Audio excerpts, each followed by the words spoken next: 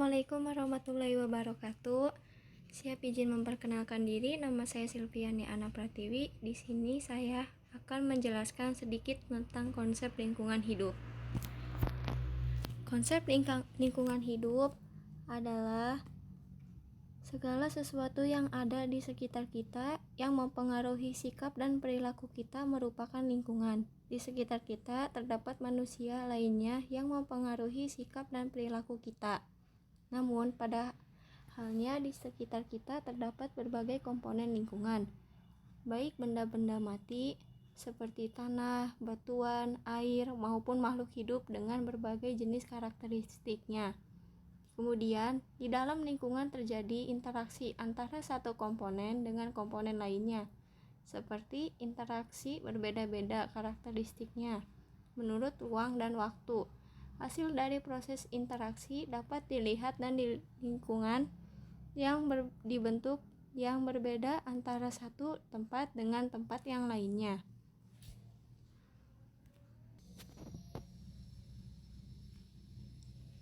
Konsep lingkungan hidup. Di lingkungan sekitar kita terdapat hewan, baik hewan peliharaan maupun hewan liar.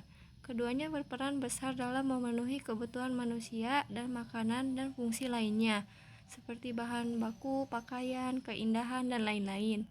Kemudian, dalam lingkungan sering terjadi yang dinamis antara manusia dengan manusia lainnya, dan antara manusia dengan komponen biogeofisik kimia. Interaksi tersebut tidaklah selalu sederhana tetapi sangat kompleks, dan interaksi tersebut manusia mempengaruhi dan dipengaruhi oleh lingkungannya. Kemudian B. Di sini saya akan menjelaskan komponen lingkungan hidup. Lingkungan hidup dapat dibagi menjadi lingkungan alam, abiotik, dan biotik.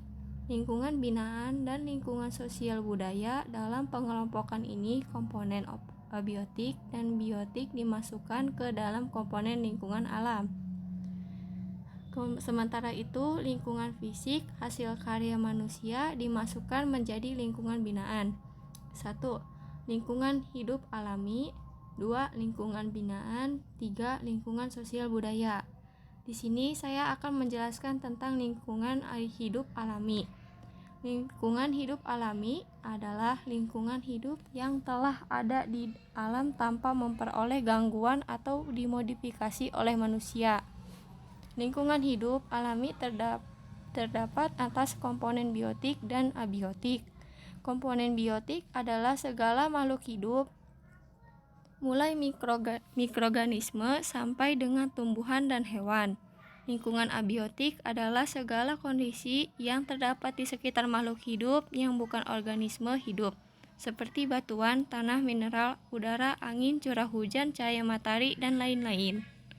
Kemudian, saya akan menjelaskan lingkungan binaan. Manusia menyadari bahwa lingkungan memiliki interaksi antara komponen dan juga keterbatasan kemampuan daya lentring atau lingkungan. Usaha manusia untuk memperpanjang usia lingkungan hidup dikenal dengan penciptaan lingkungan hidup binaan, yaitu berusaha membentuk, memodifikasi, atau mengelola lingkungan hidup. Tujuannya agar lingkungan hidup dapat normal kembali seperti semula, yaitu memiliki keseimbangan ekologi. Kemudian yang ketiga, lingkungan sosial budaya.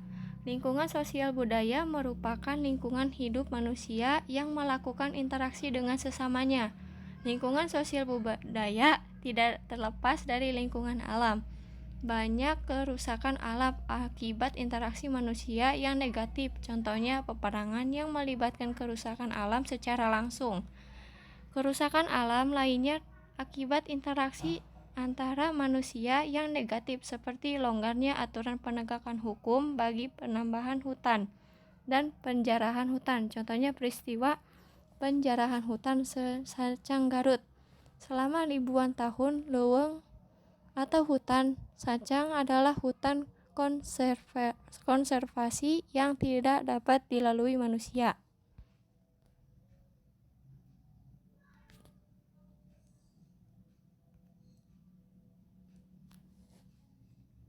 Kemudian di sini saya akan menjelaskan untuk gambar yang pertama, yaitu sedang di antara berbagai komponen lingkungan berlangsung proses interaksi antara satu dengan lainnya. Lingkungan alam, abiotik, dan biotik akan membentuk lingkungan hidup sosial budaya dengan ciri atau corak tertentu. Demikian sebaliknya, sebagai contoh pada suatu daerah dan yang lingkungan alamnya berupa pegunungan akan membentuk lingkungan sosial budaya tertentu berupa kehidupan petani dan berbagai adat istiadat, norma, dan nilai yang dianutnya. Kemudian, untuk gambar yang kedua, komponen sosial budaya juga akan mempengaruhi komponen abiotik maupun biotiknya. Untuk gambar yang kedua adalah kegiatan pertanian maupun non-pertanian semakin maju, suatu masyarakat semakin insentif pemanfaatnya, tingkat kerusakannya yang ditimbulkan juga akan berbeda. Masyarakat yang telah maju teknologinya cenderung untuk mengeksploitasi sumber daya alam lebih besar karena dorongan kebutuhan yang semakin besar dan beragam serta didukung oleh kemampuan teknologinya. Kemudian di sini saya akan menjelaskan manfaat lingkungan hidup. Pada dasarnya manusia dapat bertahan hidup karena kebutuhan dipenuhi oleh komponen-komponen lingkungan hidup.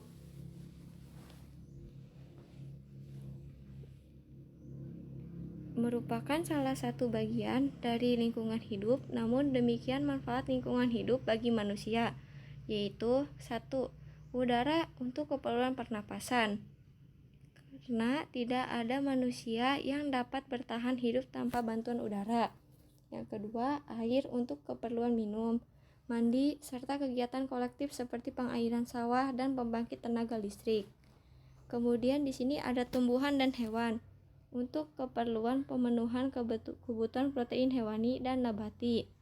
Dan kita makanan tidak cukup hanya nasi saja, akan tetapi perlu sayuran dan lauk pauk.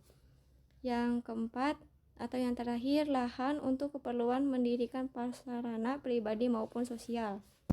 Rumah tempat tinggal yang kita gunakan untuk melindungi diri dari panas dan hujan, serta fasilitas sosial seperti gedung-gedung pemerintahan dan lain sebagainya.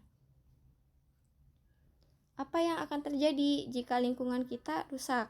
Kerusakan lingkungan pada akhirnya akan berdampak negatif bagi manusia dan makhluk hidup lainnya. Bayangkan jika udara yang kita hirup adalah udara yang sudah tercemar. Udara yang kita hirup akan masuk melalui saluran pernapasan dan mengganggu fungsi dan alat-alat pernapasan kita seperti hidung, tenggorokan, dan paru-paru. Apa yang terjadi jika lingkungan kita, perairan kita tercemar limbah? Air limbah yang tercemar akan sangat berbahaya jika dikonsumsi oleh manusia. Makhluk hidup dalam air seperti ikan, kerang, dan lain-lain akan menyimpan bahan-bahan pencemaran yang ada dalam air di dalam tubuhnya. Pada giliran jika manusia memakan ikan atau makhluk air lainnya, bahan-bahan pencemaran tersebut akan menumpuk dalam tubuh manusia. Akibatnya dapat menimbulkan berbagai macam penyakit seperti penyakit kulit, kanker, kecanduan pada balita, dan lain-lainnya. Kemudian di sini ada rangkumannya, lingkungan dan kesatuan ruangan dan semua benda, daya keadaan dan makhluk hidup termasuk manusia dan perilakunya yang mempengaruhi kelangsungan kehidupan dan kesejahteraan manusia serta makhluk hidup lain. Lingkungan terdiri atas komponen lingkungan alami, lingkungan binaan, dan lingkungan sosial budaya. Lingkungan alami terdiri atas dari lingkungan abiotik dan biotik. Lingkungan binaan merupakan lingkungan hasil rekayasa manusia atau modifikasi. Lingkungan sosial budaya merupakan lingkungan hidup manusia yang melakukan interaksi dan sesamanya. Hanya itu saja, cukup sekian, kurang lebihnya mohon maaf. Assalamualaikum warahmatullahi wabarakatuh.